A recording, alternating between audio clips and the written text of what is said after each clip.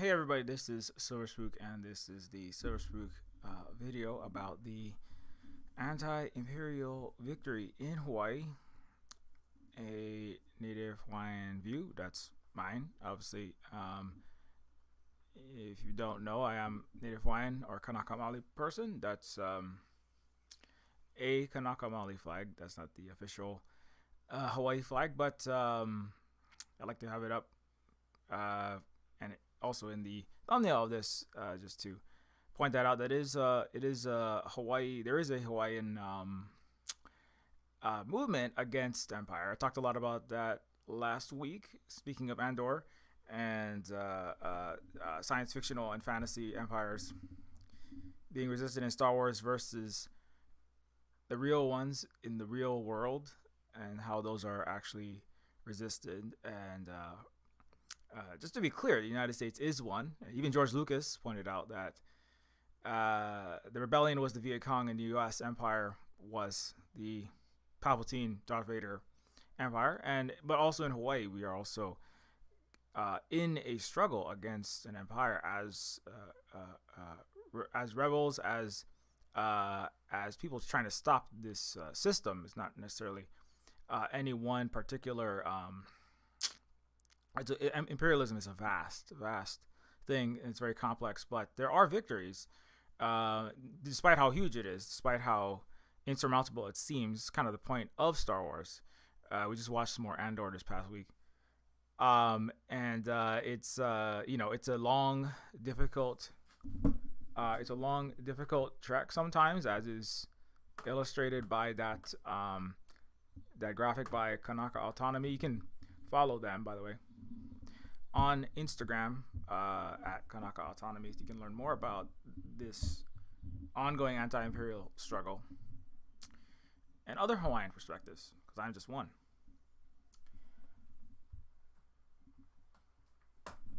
But yeah, so the long story short of it is that the United States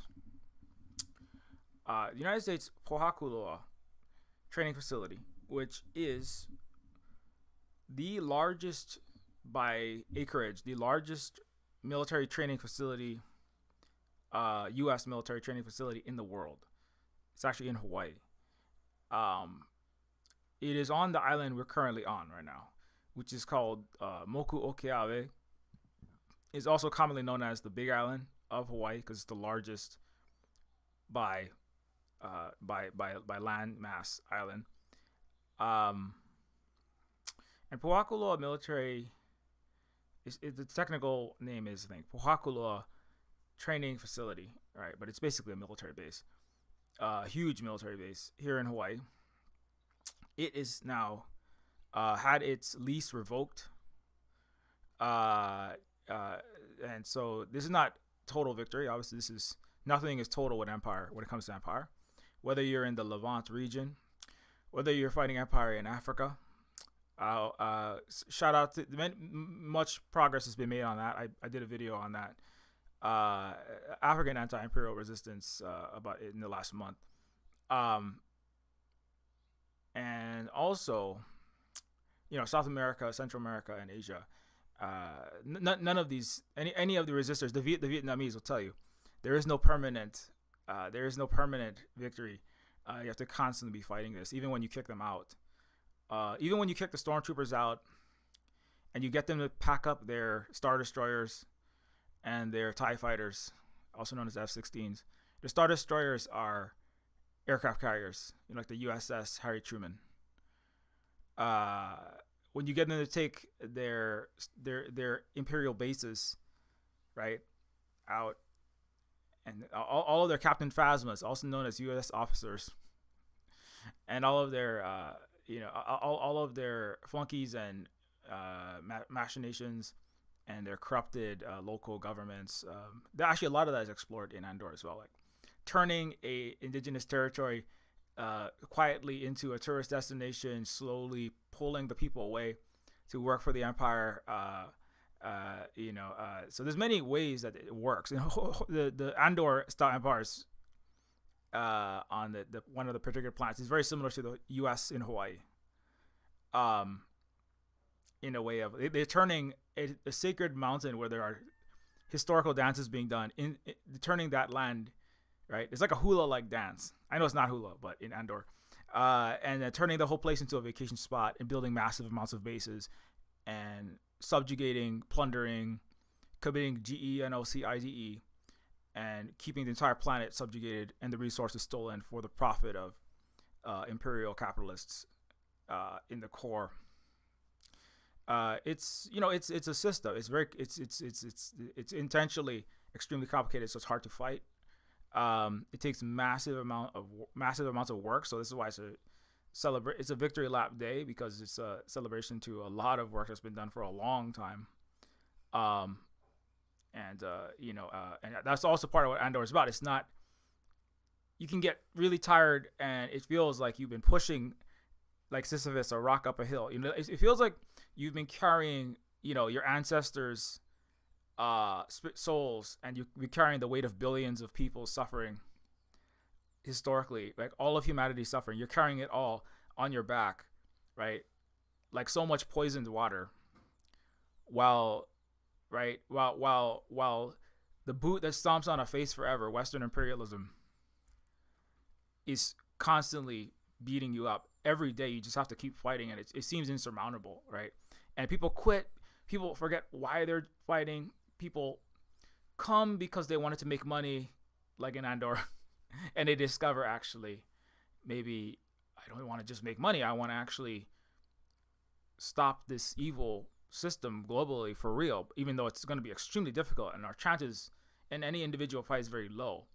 But the long-term prospects are very good if humanity and the colonized world in particular, the global majority, stands up, or in Hawaii we say ku'e. If the world ku'e, like Africa is right now ku'eing, they're standing up in mass amounts with Iber and Traore, the AES, Mali, Burkina Faso, and the whole Sahel region, and the global supporters of that. And if enough people do that for a long enough time, in all kinds of ways, then there are victories. So yeah. And anyway, so let's get back to that. What specifically is happening here? What's up, Grant? Yeah. So the base is to be dismantled. On the upper right corner is the screenshot from these hearings. There were huge amounts of these hearings. There's a huge amount of testimony and action and protests, and not just the protests. There's like a lot more happening behind the scenes all the time. And there's a whole host of groups that come together in this struggle against the U.S. empire, the U.S.-led global imperial system that needs Hawaii as a platform. So let me see if I can get some of that right now, just to show you some of this is one of the sites, one of the accounts on this platform. They're all over on many platforms, but Victory for Pohakuloa. May 9th, 2025 was a historic day. The Hawaii BLNR, the Board of Land and Natural Resources, rejected the U.S. Army's final EIS for Sacred Pohakuloa. 1,300 pages of testimony, 8 hours of powerful voices, nearly 70 organizations standing in solidarity. So 70 organizations is a huge amount. Many of them are Native Hawaiian led, but it's not only that. It's like the Sierra Club, I'm pretty sure, would be involved in that. Various anti-imperial groups, various like progressive groups. Not many people are in Hawaii are not necessarily Hawaiian, but nobody, even Americans, don't ultimately in the long term. Americans don't benefit from this. So this is wasted money that goes to part of the $1 trillion of U.S. military spending that could be spent rebuilding America's infrastructure, providing healthcare, housing, food, paying for social services is going to the military to maintain empire, to maintain 800 military bases around the world, to enforce neo-colonial systems, to extract everyone's resources, keep everyone subjugated and controlled in the global south, and most of that revenue isn't even coming to Americans. It's going to the 1%. So yeah, there are 1,300 pages of testimony, over 8 hours of powerful voices. The vast majority calling on the BLNR to reject the final EIS. OPO to Kupuna, or that's Kupuna is elders, ancestors. Voices rose from across the Pai'aina, or the land. Families, Kia'i as protectors, cultural practitioners, and community members stood to defend Pohakuloa. So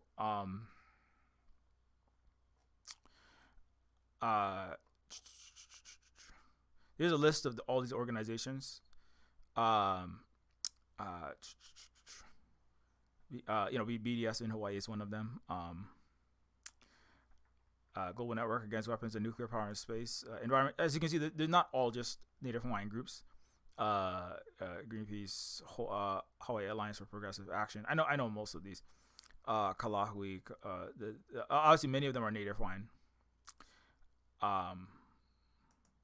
But there's a whole variety of organizations. Moonkind Things. Right on. Moonkind Things is they also live on the Big Island, Moku Okeawe of Hawaii, like we do. I'm not from this island, but I do live here. And anyways, so that's just some of the. It's also we have a Palestine solidarity also coming through. Students and faculty for justice in Palestine at the University of Hawaii. We celebrate the win, but we also refocus on what is next. We have to stay engaged. As I said, like there's no permanent victory. Like once you make a victory, the empire is recalculating. They're going to try to take that back. I'm sure they're going to try to do another treachery, build more bases.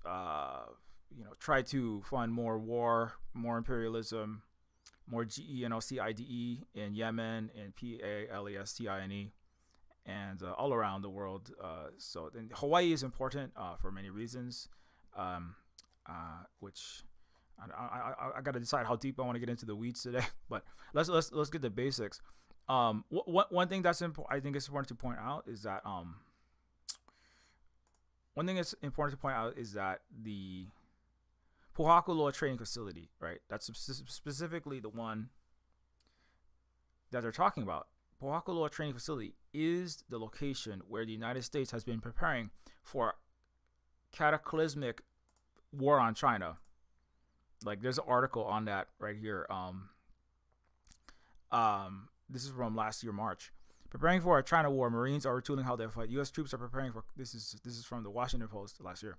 U.S. troops are preparing for conflict in an island-hopping battlefield across Asia against an enemy force that has home field advantage. I'm saying that in the Uncle Sam voice, in the Uncle Strangelove voice. So this is the U.S. military preparing for quote-unquote China war in Hawaii. This island-hopping, they call it the first, second, third offset, the island chain. This is the mega Korea, mega Vietnam, Philippines, Korea, Taiwan, Japan, maybe Australia, ASEAN. What the U.S. wants is every single country. Right now, they're actually pushing India towards causing problems for China right now. India and Pakistan war is part of this actually, but it's more in the southwest edge. The U.S. Empire, Palpatine, Vice Palpatine, J.D. Vance was in India the day before the war broke out between India and Pakistan. Just as one example. It's actually a proxy war. It's also Isn't-Real and French weapons. So Empire weapons, the Imperial Stormtrooper weapons are going to India. In that struggle, anyways, but this catastrophic proxy war that they're training for the entirety. I mean, I'm not saying this is going to happen, but this is what the United States is planning, right? It wants to start war all around China, to basically as an excuse to shut down trade, to shut down flows of goods and resources, shipping lanes. Cause problems, just as the U.S. has done in Ukraine, just as they did in Korea War I, Vietnam War I, just as they did, they're doing all around the world all the time. just as what the U.S. was just doing in Yemen. U.S. just lost to Yemen, though, the poorest Arab country. The USS GENOCIDE, USS Harry Truman was sent packing.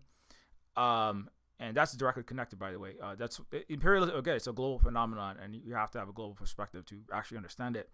And so this is what they're training for in Hawaii at Pohakuloa, is the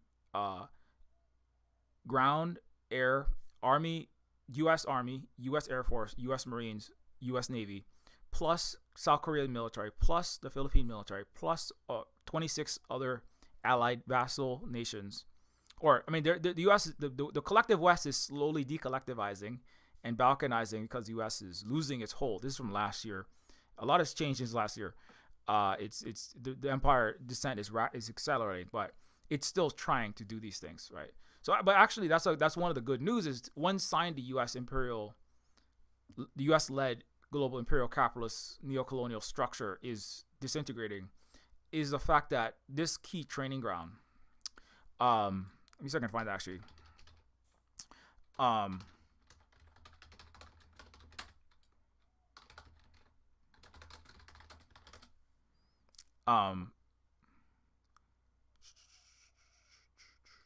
Yeah, here. This is from last year. So one of the good signs is that because like this site, Pohakuloa, this is Pohakuloa right here. You see this? This is where the United States was preparing for the ultimate proxy war on China, or a series of proxy wars all throughout all the regions in the Asia Pacific, right? And so the fact that the United States is now backpedaling, right? Like here's some images from that. They wanted to do this island hopping strategy, like joint forces. They wanted to have like command and control. The Navy and the Air Force would be moving troops back and forth. They'd be shooting missiles around the China's coast into China, from the Philippines into China. The Philippines just got a new U.S. weapon system in the last month, right? So the goal is to try to contain and control anyone who opposes the empire in the region, and they're training for this in Hawaii, at specifically this facility. Okay, so the fact that the United States is now, because the thing is, like in Andor, I know I keep using that, but we're deep in it right now. We're like 3/4 of the way through the season 1, so. And it's useful as metaphors. I do appreciate that. In the same way that like if the empire wants to, it could simply crack down harder. But the empire cracks down too hard. Like the United States could deploy military forces and declare martial law in Hawaii and just say, we are going to negate the results of, you know what I'm saying? The U.S. military could say, we are going to negate the results of this EIS or this decision, right? The U.S. military is going to declare martial law. We're going to take control of Hawaii completely. We're canceling Hawaii democracy. The thing is, in South Korea, the U.S. had almost a successful coup. It's important to remember the Yoon Suk Yeol coup. The Yoon Suk Yeol coup in South Korea, military dictatorship coup.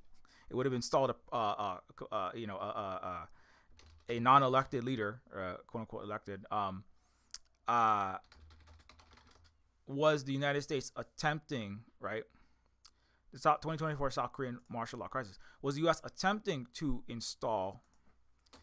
It was attempting to negate the South Korean trajectory, which was not going into imperial proxy war, right? Which is to basically continue the multi-million Korean killing, illegal colonial GENOCIDE U.S. war in Korea. The Korean War was a massive human rights violation, a massive crime against humanity that, the West spends a lot of time trying to make it seem great. And Israel has a lot of forces. Actually, everyone has to worship that flag in South Korea. They actually are taught to the blue and white star flag. They have to wave that. The children have to wave that flag in South Korea. And this coup was an attempt to force the U.S. imperial capitalist will through, which is they actually had false flag. There's an attempt to send South Korean forces dressed up like North Korean forces into an area to make it appear as though North Korea was directly shooting at South Korean forces to start a proxy war there. That failed, while the U.S. was trying to force this coup through. So that backfired though. So sometimes it's not imperialism functions is that the whole consensus reality of humanity and each country, right? The mind state of all the people of the world and in their individual circles, the narrative domain. There's the military, financial domains, narrative domain, the cultural, soft power domains. And so, if the empire cracks down too hard, when the U.S. tried to force through that military dictatorship, it's kind of it's like an inverse Burkina Faso, right? So rather than the people rising up and providing healthcare, housing, building free apartments for Africans in Burkina Faso, the U.S. was going to force through their military dictatorship, which would then get millions of South Koreans and North Koreans killed for empire, selling weapons. Ukraine 2, Vietnam, South Korea 2.0. That's what they wanted. They failed. So, but in Hawaii, the United States could try to force an alternate decision through. There's a good chance the United States will try to force or cheat, or when the media hype dies down, it's going to try to, somehow drag its feet on removing the military forces from this place, right? They're going to try to just like, when the eyes are not as on. I mean, I've been in this a long time, so this is how it works. And if you've been involved in these kind of things, this is how it works. So they're going to drag their feet, and they're going to have to be fought every single step of the way. But so that's why we say it's not a permanent victory. But this is a big blow to this plan, right? I mean, it's a blow to U.S. imperialism and the anti-indigenous desecration of our water, our land, our people, and turning us into cannon fodder to fight in catastrophic wars, like all U.S. wars in Africa, Iraq, Afghanistan, etc., killing millions of people over the last, killing multiple millions of people and displacing 60 plus million, particularly Muslims, in the last several decades, killing many millions of Asians, and also subjugating all of Africa, keeping it forcefully underdeveloped and having no clean water and drinking water and air, and then putting pictures of starving Africans on National Geographic, like the U.S. and the collective West didn't do that, and France.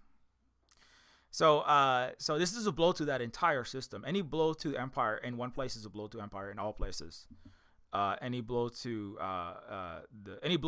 the colonized and the imperialized and the peoples of Africa, Asia, Latin America, and indigenous peoples inside of settler colonial, illegitimate U.S. and Canada and Australia and New Zealand, and any victory for those is a victory for all everywhere. So, anyways, so yeah, so this and and I think it's really right. What else has happened recently, right? What else has happened? Let me just get my little bookmarks because it might actually help to illustrate that point that I was trying to make. If it will come up, maybe it will not.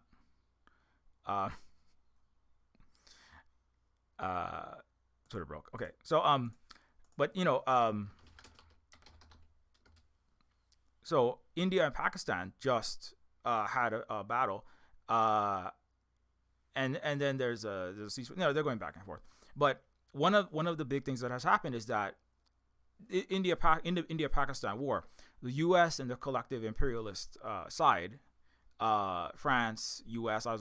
Vance was just in India, and isn't real drones, and French Rafale jets were on India's side in this fight, and India came crawling to the United States apparently to help them as they were losing, because the thing is, India was losing because the J-10 fighters, the Chinese J-10 fighters, and I think there was also Turkish drones, and the Pakistan military was beating the Indian military, and that was not good for the GENOCID doers who were supplying those weapons, and for the United States, it's not good for them. because their side of the proxy war got like 5 of their jets shot down, dozens and dozens of their drones got broken. So basically, like that was a loss to Empire. Also, I would say. Some people will say, well, no, they're all empires fighting each other. And you're free to hold that, but from our, other native Hawaiians might even differ, but that is a blow to the United States either way, right? That's a blow to the United States, and its ally isn't real. When Yemen, right? Yemen, the USS, this thing is broken probably because it's trying to stop me from. This is another one. When Africa is being supported. That's Ibrahim Traore next to Russia and China's president in Victory Day, where the victory against actual fascism was celebrated by the ones who actually did the fighting. That's a big blow because the United States and the collective West, France, has not been able to stop the rise of these African powers, and they're getting closer and closer to. That's what I'm saying. That's like you might say, well, they're all empires. When the U.S., France, Europe, NATO stop standing on Hawaiian throats, when I get more Chinese and Russian stomping on my neck more, then I'll let you know. When the Africans do, then we'll let you know. But if you happen to be somebody from the empire, and I'm sorry if you are of a particular heritage from a particular place like the United States and Canada, it doesn't matter how many native and black friends you have. You are still from a particular place in the world, and you have a. I'm saying this is a Hawaiian view. Many people are going to disagree with this. What I just said, and they're going to be like, "No, they're all empires. We have to fight them all." And that's your view. Look at who's in your friend circle, though. How many Africans from Africa are you listening to? Like, how many people from the global South? Like, not just somebody who is the token good Asian, black, or brown person. How many are you actually listening to, actually? Right? And if the answer is none, or basically maybe one, but not really, or you listen to one until they start being honest, then you are not paying attention to 90% of the world, which is the colonized world, which is the under the empire boot. And that's that's a blind side that's always going to be there probably. But you got to get more tuned to it. It's a completely alternate narrative. There's not really a debate to be had there. It's a narrative war to a large extent. So that's where it's hard to, and I live in between the worlds because I was raised in the West, and I was raised in the empire to be a Goldman Sachs high frequency trading algorithm programmer, also known as a stormtrooper with financial transaction characteristics. That's what coders are in the West. But then I'm a native Hawaiian too, and I know that side as well. And you don't have to be Hawaiian to at least try to understand that. You just have to not exclusively listen to voices of the empire and its subjects. So anyway, but that's just something just to give. Africa is coming online. I talked about it in several other streams. China and Pakistan, the Chinese get free food and free water in Pakistan now. The Victory Day celebration just happened. The Chinese military tech is blowing away all the rivals. The thing is, China also gets Egypt and Lebanon and Yemen. All the areas surrounding isn't real, right? The U.S. unsinkable aircraft carrier, they're all getting massive amounts of these jets. So the United States military supremacy worldwide, and it's all of its allies, right? The empire's military supremacy is being challenged significantly. They're losing in Yemen. They're losing in India, Pakistan, and that's what I'm trying to say is that's part of what's happening here. That's how it's all interconnected. They're losing in Africa. Right. There's also 500 military soldiers in Burkina Faso, along with Russian, that are protecting Ibrahim Traore. If you go back and look at the recent stream that I did, right? Look at the recent stream that I did regarding well, there's one with the Andor, the rebellion, the real why the real rebellion in the world is not being recognized. When science fictional rebellions are happening, and this is that speaks to a lot of what I'm talking about. Um,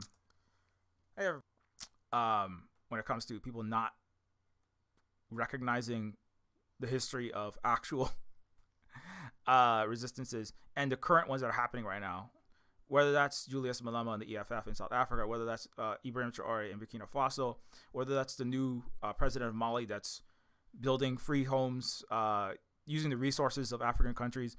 It's kind of like, whether that's Thomas Sankara, who was assassinated by Western imperialists, U.S. and France, whether that was, Gaddafi, who gave universal healthcare and universal free college and gave free housing to Africans and was trying to build an African monetary fund to use African assets, right, to stop empire, right, to stop Africans being in the slave mines, right, having the resources extracted, just like it's even see it in Andor, right, and people can watch it, but they completely don't pick up on how that's happening in real time in the real world. And a lot has to do with the color of people. And Andor has season 2, and Acolyte doesn't, because the main guy's a white guy. Let's be real, and disproportionately the main characters that are movers and shakers in the Andor world are white guys and white women to an extent. And then there's like kind of like some background characters. And Acolyte, it's the opposite. It's like black women and indigenous women and Asian guys. And it doesn't have season 2. And like it's just, it's colonialism, it's Western exceptionalism, it's white supremacy. And that's another reason why, if you're only listening and you're only like taking in perspectives from that part of the world, you're gonna be living in that blind. You're living in this. You're living in a particular echo chamber, and it's not the majority of the world. It's not the BRICS is way beyond the G7 already. The non-Western world is rapidly rising. A lot of people in the West, what I notice is people getting sadder and poorer and more depressed and like trying to hide out away from this, right? Because it does challenge, it causes a cognitive dissonance. It causes like an existential crisis, right? Because most history and all the voices and intelligent people you look up to, all the sources and authorities you respect, if what the global majority, right, if what the African, Asian, and Latin American world is saying is true, then everything you know is a lie, and that's unfortunately the truth. So, or the most important things you know are lies. So, like, and so, anyways, so I won't go through all of this, but I just want to point out like what is rapidly happening in the world. And as I said, like you don't have to follow. I mean, you don't have to use Twitter either, but like, just like just random African accounts.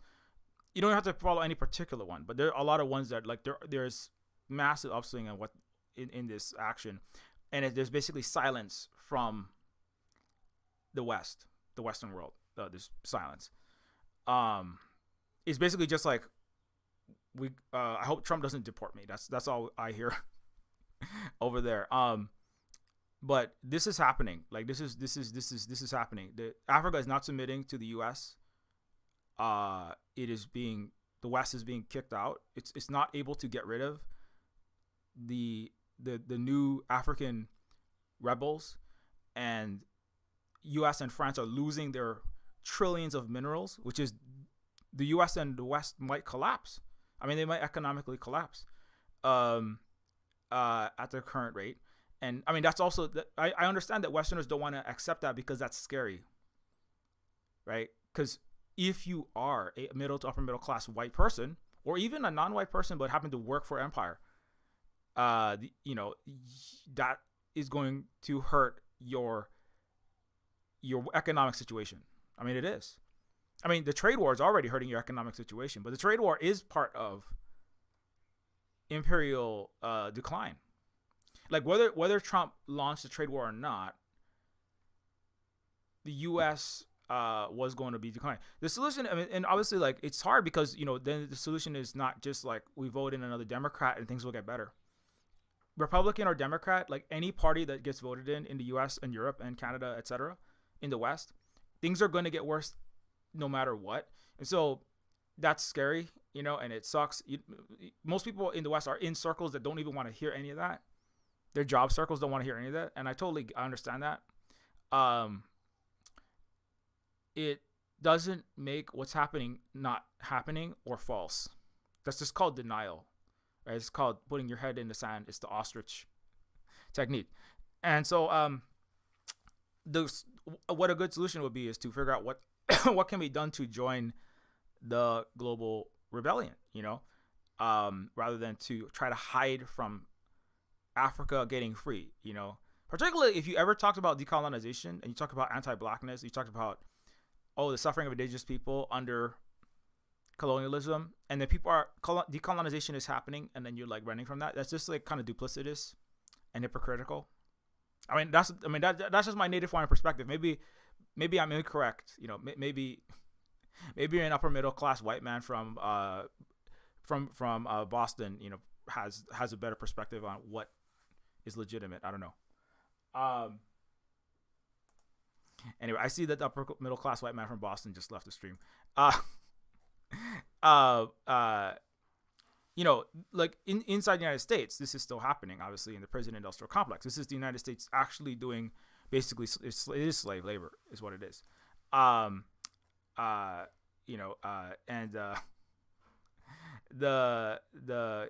funded, these are just a whole bunch of articles. I probably got to stop bouncing around and go back to the main point. So as a Native Hawaiian, I'm overjoyed to see this victory against U.S. imperialism and military destruction of our Aina and resources. The illegal colonial occupation in all Western Empire in the Pacific will come to an end eventually. It is going to be harder in the near future, but this is necessary. This is always going to happen. The solution is to network with everybody that you can that is on the right side of history as the U.S., the collective West imperial system comes to an end. It's not that the U.S. is not going to just all the people in America don't just disappear or just fall over and die. I don't think that the BRICS, Russia, China, Africa, are all going to invade America and Europe and everyone will just die. That's not what's going to happen. But the system of imperialism, like I said, it is a system that involves the minds of everybody. It involves the economic and financial flows of capital across the world. And so refusing to buy products that support GE, NOC, IDE, but also refusing to buy products that support imperialism worldwide in various ways is part of making at least one small contribution to the global struggle. You know what I'm saying? And that's a way that you can participate in that and be in solidarity with the right side of history and start, also getting rid of more of this imperial colonial brain worms or lies in your mind. Because the future is coming, actual liberation is coming. The fact that the United States is unable to maintain its key military base, where again it was training to fight. It was using this illegal Hawaiian military base to train to fight the biggest set of proxy wars in the history of the world, and the U.S. is now forced out of that base. That is a mega blow to the hegemony of the empire. So, in a series of big blows, the USS Harry Truman, the U.S. Navy and Air Force, just lost 2 F-18s, $60 million crafts. It got 2 Reaper drones shot down in a single day by the poorest Arab country. Trump and Israel, it's unclear exactly if the U.S. and Israel are going to be breaking up or not. Some people are saying it's just a fake because they're going to attack Iran. Either way, the U.S. military lost big time. it's getting its butt kicked all around the world. All its allies are getting. France got its butt kicked in Africa. It got its butt kicked also in India, because again, those are French fighters. So everywhere around the world, empire is losing. Like the imperial, historical, colonial, and capitalist powers are losing and losing and losing, and they're gonna lose some more. And like there's some chaos, and there's a lot of the countries that have colonial compromisations. What's happening is the level of the imperials who are selling out to the imperial puppets in Asia, Africa, Latin America are being drawn into the light. That's what part of what's happening. Like India has been like one of the weakest in the Asian orbit. It's a big, but has a lot of problems. It has a lot of playing both sides. But now it's being drawn more into directly into to see which side it stands on. Right. That's part of what's happening in that conflict. In Hawaii, it's the same thing. Right. There are many Hawaiians that are U.S. military personnel. Some of them were kind of brainwashed and sheepdogged into the U.S. military recruiters to join the empire and commit GENOCIDE and do neo-colonial warfare and blow up Afghanistan, Iraq, go to AFRICOM, etc. Go to help commit GENOCIDE in Levant. But but now it's all going to be drawn more and more because empire infiltrates everywhere, the colony and the core, right? It infiltrates the African. Like there are people on both sides. That's another important part. I think that's really good in Andor. There's people who are in every place, in every planet, who are like a lot of. Sometimes you don't know which side they're on, right? It's always this kind of, it's always this spy game, right? People are pretending to smile, right? People are pretending to smile who are working on the side of the resistance, right? Like the Mon Mothma in the Coruscant government as a senator, right? Pretending to be just a philanthropic Democrat, and it's like actually funding money to actual resistance. They were like sending money actually to some kind of like armed struggle against the U.S. empire. And then there's also people who are trying to infiltrate the resistance and then are informants for empire, right? And so but the thing is, as empire collapses, like in the Star Wars, it's very simple, right? It's kind of like, oh, they blew up the Death Star, yay. But the way actual empire collapses is all of those infiltrated, the people that are in Africa that are corrupted. Like there's pressure on Nigerian leaders, there's pressure on the Kenyan leader Ruto, there's pressure all in Hawaii, all over the Pacific. So much. Like those Pacific Island nations that vote with the U.S. Against giving out food and just vote with the U.S. every single time because they have corrupt, bought-off puppet leaders because they're small countries and the money flows in. They find 1 out of 100 people that is willing to sell the people out. And so, but then now as empire recedes, all of those, sometimes they call it compradors, people that are working against their own people for the imperial capitalist structure, right? That are on the take are going to be pulled out, drawn into the light, right? And it's going to be a painful process of watching all the betrayals, right? People are going to be the people who have been paid millions of dollars by Washington D.C., by Brussels, by NATO, by military contractors, by global oligarchy, right? They're going to be scrambling to try to you've seen that in Saudi Arabia, you've seen that in these African countries. They're also, how do I realign myself, right? Even Turkey, its leader certainly, and many elements there are like, how do I realign them?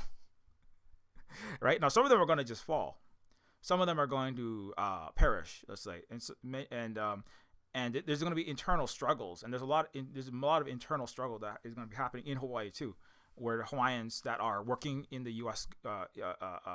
Military, in the U.S. government, in various ways, the whole Democratic Party is just a mega imperial capitalist brainwashing corruption operation. That whole thing is, that thing is always being questioned by people who say free Palestine, right? They're going like, Democrats, what did you do for those people in Palestine, right? You launched their mass unaliving, right? So that, I mean, but that's in the Death Star itself. That's a whole other can of worms there. But even inside the colonies, even inside the places that are imperialized by the core of the collective West, there's all these people on both sides that are or there's people that are trying not to draw attention to themselves as they do the bidding of the Empire. They're all going to have to be called out. So anyways, that's a lot of words I just said. I should probably move on from that and wrap this up. Okay. But in case you don't know anything about the Hawaii history, I'm like way in the weeds of this, maybe more than I should be. But just some other basic stuff. Okay. So the U.S. military paid a $1 lease to blow up Hawaii, poison our water, and start fires for decades, while we homeless Native Hawaiians were forced to pay $8,000 a month for rent. After the U.S. stole our land, imprisoned our leaders, and banned our language. This was the this woman, 19-year-old Kauai Brown, and her partner survived the wildfire in Lahaina, and they were housed in a hotel only to get kicked out just before Christmas. They lived in their car for the next couple of months on the beach. Brown is due, she was due with her baby any day at this point, and the average rents were $8,000 in Maui after the fire. So that's just one of these heinous things that was done here. Firefighters, and you know who else starts fires? The U.S. military. The U.S. military starts fires. I'm not saying the U.S. military started the Lahaina fire with a Maui Space Force, U.S. Air Force complex directed energy weapon laser. I'm not saying that. That's where people would like to, just like podcast conspiracy stuff. But we have no smoking gun there. But I mean, either way, the U.S. military does start fires with its military training and bombing and blowing up, and also by redirecting water and damaging the ecosystem, it desertifies and causes more fires in Hawaii. So the U.S. military bombing, they actually set a fire in one of these years in Pohakuloa, right? So one positive benefit is the United States, it won't drop radioactive waste and toxic material, which it has done there, bombing the world's largest U.S. military training facility in Hawaii. The potential for millions of Asians and Pacific Islanders to die in a proxy war as the U.S. starts hot war with China is down, because the number one training facility for the United States war on China was in Hawaii at this Pohakuloa facility. And number three, the ecological impact will be that there will be less total unnecessarily fires started by the United States blowing up Hawaii at Pohakuloa training area. So those, you know what I'm saying? Just some other benefits of this victory.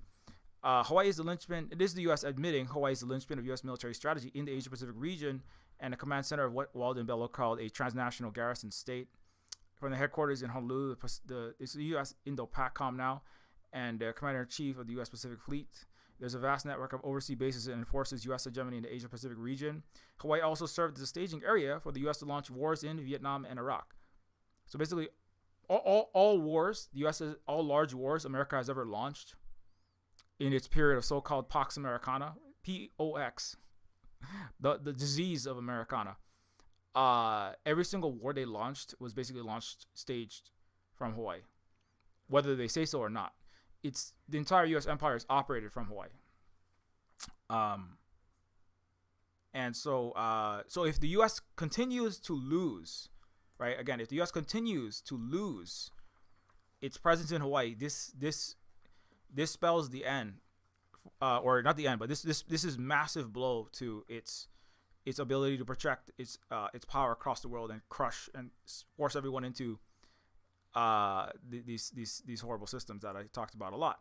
So okay, in case you didn't know that, prior to the U.S. coup, Hawaii had the world's highest literacy rate, 98%. We had universal health care through Queen's medical system, electric lights before the White House, mass affordable transit, industrialization, virtually no homelessness, full racial equality. After the coup, all these statistics reversed. In case you did not know that. Also, all of Hawaii's city of Honolulu was powered by renewable energy, hydro turbines. The United States replaced our hydro turbines, renewable power, with dirty fossil fuel imported. And also our electricity was nationalized, socialist. The United States forced a private capitalist system owned by a white man, obviously, William Hall. So we went from free renewable electricity in the 1880s to private, dirty fossil fuel by the 20th century because of the United States. Just want to point that out. Also had universal healthcare, the first in the world. What Americans wish they had. 95% of Hawaiians didn't want the U.S., its military bases, and its white supremacist colonial capitalism under pineapple barons like Dole Pineapple in the 1890s, and the majority of us Native Hawaiians still say no, U.S. out of Hawaii. This is actual testimony where you can see basically almost every single Hawaiian. He says, everyone, all Hawaiians, right, that want the end of the lease, please stand up. And like basically everybody stands up. So that was a small vote, right? Not obviously that's people that showed up for this testimony, but this is historical. 95% of Hawaiians voted against the United States occupying Hawaii for the start, right? That was an imperial. That was a stormtrooper occupation. The United States, USS Boston, physically occupied Hawaii. The U.S. military has physically stormtroopers have been occupying Hawaii for the last 130 years, and we've just always been sick of it. We've always been sick of it. Sometimes we're more vocal about it, at various times, but it's always been the case. There's never been a majority of Hawaiians that have ever voted for or wanted the U.S. to be in Hawaii at all. There's a whole weeds to get into when it comes to the U.S. illegal territory of Hawaii. The U.S. statehood vote was rigged. U.S. military personnel went into voting booths, voted, and also non-Hawaiians were voted in it. Also, there was no option for independence. So it was under the UN rules. It was an illegitimate statehood vote. Hawaii is not a real state. Just another fun fact for you, in case you went to Western school and you have no education.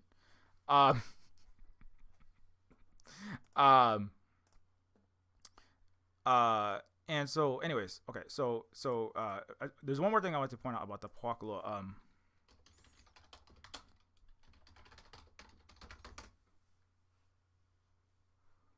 Okay. Here's just a little bit more about what exactly you're doing there. Okay. So this is another reason why it's really great that it's gone. Just a little bit more in-depth descriptions from that particular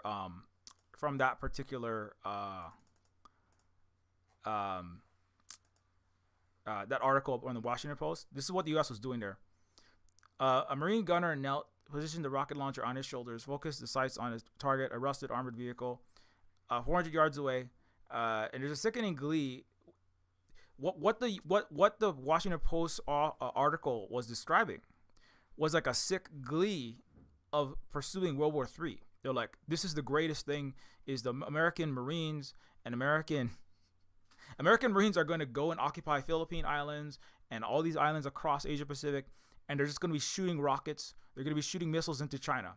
They're going to be shooting bombs. They're going to be, it's so great that millions of Americans and millions of Filipinos and millions of Koreans and Asians and other Pacific Islanders and Guamanians and Hawaiians are all going to go to the South China Sea. We're all going to go to the ring around China, and we're all going to be getting ourselves killed. It's so disgusting, right? And also, we might start nuclear war because China's a nuclear power and they want to start a war in the Taiwan Strait. It's like these people, it's hard to think about actual factual reality and not be like it's hard to just be like these are not serious people. These are all Dr. Strangelove people, right? But this is what the U.S. has been preparing for at Pohakuloa training facility. It is for millions of people. That's why you're going to lose your healthcare. America is what it thinks it's going to do is it's going to cut all your education, cut your access to as much socialist programs as you can, cut all American access to any kind, just basically chainsaw austerity, right? Like Friedman, Argentinian chainsaw man, austerity, just rip the rug out from Americans and force everybody to, if you want even a semblance of a good life, you got to join the military and you got to go start World War III and shoot rockets at China. That makes all your goods. I mean, it's ridiculous, right? It's ridiculous. But this is what the United States was doing at Pohakuloa, is preparing to end the world or end millions of lives again. This wouldn't be the first time the United States ended millions of lives. That was what Vietnam was. That was what Star Wars was based on. Ending millions of American and many more Vietnamese lives giving Agent Orange cancer and environmental destruction, napalming the entire swaths of continents, dropping poison everywhere, killing millions of people, causing birth defects and cancers, blowing up children for decades with unexploded mines in Cambodia. This is what the United States was doing in Pohakuloa. It's preparing for another multi-million person killing planetary bloodletting, including your own family and you personally, probably. The goal, what the U.S. still thinks, some of the U.S., the Hegseths seem to want to do, is to force you to all die, right? Fighting for so-called freedom. They want you to become stormtroopers, right? And this is where you will train. I take it back. This is where you would have trained, right? This is where you would have trained, blowing up our mountain, poisoning our water, poisoning our Red Hill, poisoning Oahu's water at Red Hill. By the way, that's not fully cleaned up either. And also poisoning our water here, because every time the U.S. drops bombs on Pohakuloa, there is an aquifer under this island, right? So obviously, I have a personal vested interest. I don't want your U.S. military. I don't want your, where are you from? I don't want your U.S. and European coalition, and isn't real, doing international military trainings to start World War III, dropping, explosive bomb remnants and like bits and fragments of heavy metals, and also literal radioactive material, including depleted uranium, which is what they have done. They leave it all over our indigenous areas. I don't want your empire spilling that in the water that my kids drink and that I drink, while you practice destroying the entire planet. So anyway, maybe you're not from maybe you're from like a good place like China. Anyways, Hawaii needs to build a road so we can stop being behind. Anyway, so that's a but anyway, if you really want my opinion, obviously, that's good though. But the main thing is not to get too bogged down in that. The main thing is that this is a victory, but it has taken so much work of so many organizations. Again, if you want a list of them, you can go follow. You don't have to. If you don't like Twitter, that's fine. You don't have to follow them there. I mean, they're on. Kanaka Autonomy is over on Instagram. Like when I log in, that's the first thing I see. Obviously, Kanaka Maoli Native Hawaiians took on the U.S. military and won. Aloha Aina has defeated the U.S. military before, and we will do it again. That's true. Hawaii, we also won on Kaho'olawe. The United States military was blowing up our sacred island, Kaho'olawe, cracked the water table, and they were forced off of that by Hawaiian action. Ha'a Honolulu is another one of these organizations that worked with this. So I mean, you can follow any one of these various organizations. If you want to follow on Instagram, wait, let me see. There's also Moon Kind Things. Is one of the organizations that's also a smaller organization that's like us. Silver Spook Games, we're not very big. We're just basically just us here, and then we connect with other groups. But there's also Nation of Hawaii, which talks a lot about the Hawaii sovereignty movement and deals directly with that in many ways and respects.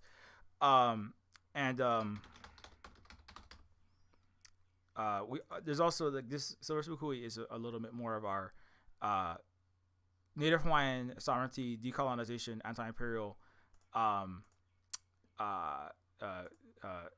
so Instagram account that you can follow.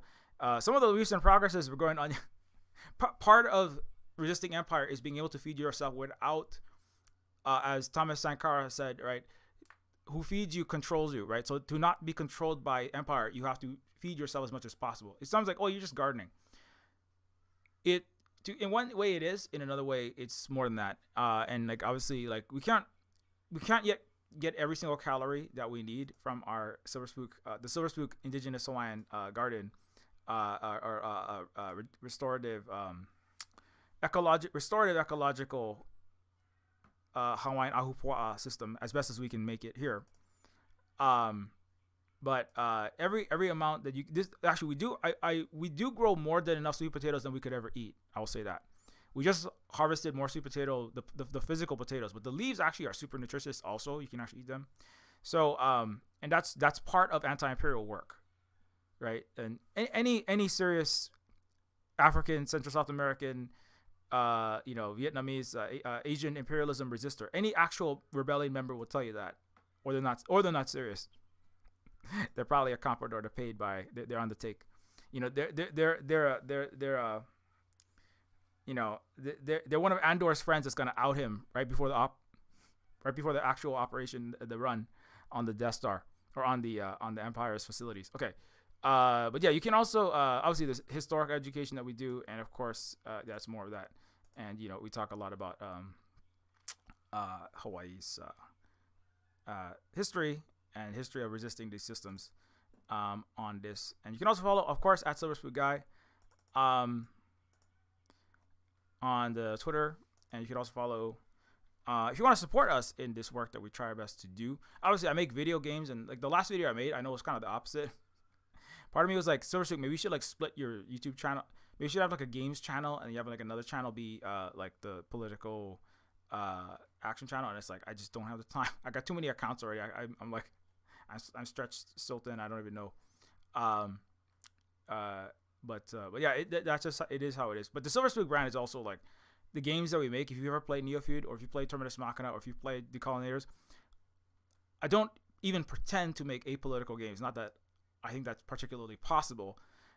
If you're doing non-political games, what you're doing is the status quo, and that's political, right? You're doing the ubiquitous mainstream, which when you're neutral in the face of injustice, then you're in the side of the injustice, right? So that's my stance. Is like I'm not gonna split all these channels up, but if you would like to support us, not yet anyway, because I just don't have the time to do. I barely have time to make a good YouTube video at the rate that I kind of want to, but it's okay. But if you want to support us at Silver Spook Hui, you can also help us out through Patreon. Become a supporter on the Patreon. You can get updates on this Neofeud 2. I did a big Neofeud 2 update last stream, so you can watch that one. I also did a recently interview this week with Dave Gilbert of Wild Jedi Games. It was very cool and inspiring indie game developer. Recently put out Old Skies. But anyways, yeah. So you can help us out with that. Help us keep doing this educational work. Actual Star Wars Empire of Earth Resistance, Growing Onions, and also of course, which is part of it. And also of course, you get access to the Silver Spook Discord and the Silver Spook University. Silver Spook University is over 1,000 hours. Silver Spook University is like General Morgana's university. You know what I'm saying? No, Silver Spook University, what you need to know today and what you need to teach your children when Western lies about past, present, and future permeate formal schooling, modern books and media, and visions of the future. And it's basically all the content that we have produced here at the Silver Spook cooperative, categorized by topics. So that includes videos, it includes text of all kinds. It's over 1,000 hours. It's basically a lot of this YouTube channel, but like a little bit more like if you want to learn a particular thing, it's kind of categorized out for you in that way. And not just the video, it also has like the threads and Twitter threads. And whenever it comes to whether that's race and gender focused, specific like Africa focused, Hawaii, indigenous in general focused education, and like dealing with empire, like I just was talking about today a lot, fighting it, and science fiction and technology focused, like it's it's basically just a way that you can get access to that. Because if you just look at the YouTube channel, it's not necessarily the easiest. There are 8 years of like at least once a week streams of videos going up there, so I know that's a lot. That's part of why I was like, I should make one of these. Anyways, so you get that when you become a Silver Spook Patreon. You can also help us out at ko-fi.com/silverspook, which helps us to keep on keeping the lights on and doing this work that we do here with the maximum support going straight to us. Of course, I also make retro cyberpunk science fiction adventure games like Neofeud and the sequel Neofeud 2 coming soon. Neofeud is on Steam, where Neofeud is a game where a social worker for homeless robots, an ex-con robot turned drug dealer turned revolutionary, and an ex-trillionaire princess try to stop a global system of imperial capitalists from turning the entire earth into a desertified wasteland nightmare. Neofeud is just a documentary about the 2020s that I made in the 20 teens because I am an oracle. No, I'm just kidding. You can also review Neofeud if you like the game, and it really helps us out to keep getting the game discovered in the Steam algorithm, because that's how people discover games. Is the ones that have more reviews that get more likely to be shared in the Steam algorithm. You can also get Neofeud on itch.io for Windows and Mac and Linux at itch.io. And you can also get Decalinators. Speaking of Resistance of Empire, I made this game with our fellow Vietnamese anti-imperialist Luna Oi, who is a Vietnamese person who is from a family who actually fought. Her grandpa directly fought the Empire in a military way. And Decalinators is a game about that. And there's also Indigenous Star, Pigeon with Gun, and several other games that you can get. And Woman is a book by Holly, who was raised in right-wing conservative Christian culture that critiques that from the perspective of Mary in the Bible. There's also, you can follow at Silverspoon Games at wandering.shop and or at Silverspoon Games at mastodon.social. You can also follow on Twitter, and of course you can follow on Blue Sky at Silverspoon Games.bsky.social. Apparently a lot of people are just like want to like learn about games and random movies and media and stuff. Certainly in the English language, a lot of them are on Blue Sky, so get on there if you just want to follow about that. So sometimes today was more direct dealing with the political situation, but you can also follow Silver Spook Guy on Blue Sky as well, and you can also follow on I think I already said Twitter. Oh yeah, you can also follow on Twitch. I do stream like 3 times a week.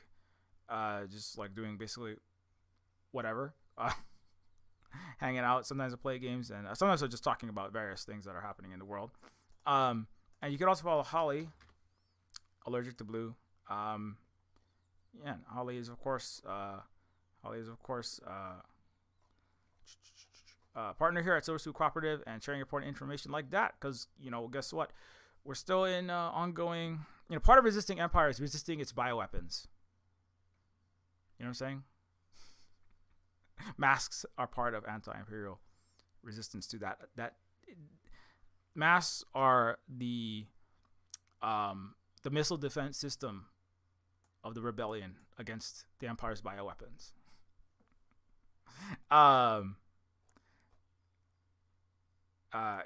Anyways, I can also thank all these people. Thank you so much for your ongoing support. Without your support, it's massively hard for us to keep doing this work. So thank you so much. And I gotta wrap this up because I got a group stream coming up later on the Twitch. So, anyways, long story short, shout out to everybody, Hawaiians, Native Hawaiians, Kanakamale, and all of the organizations and people who have put in work to get this done, and this amazing anti-imperial victory in Hawaii, shutting down of the U.S. military's largest base of operations of training for a horrible imperial war at Pohakuloa. And this is let's keep the momentum going and dismantle all U.S. military facilities all in the Pacific and the world. And we hope for the United States to find itself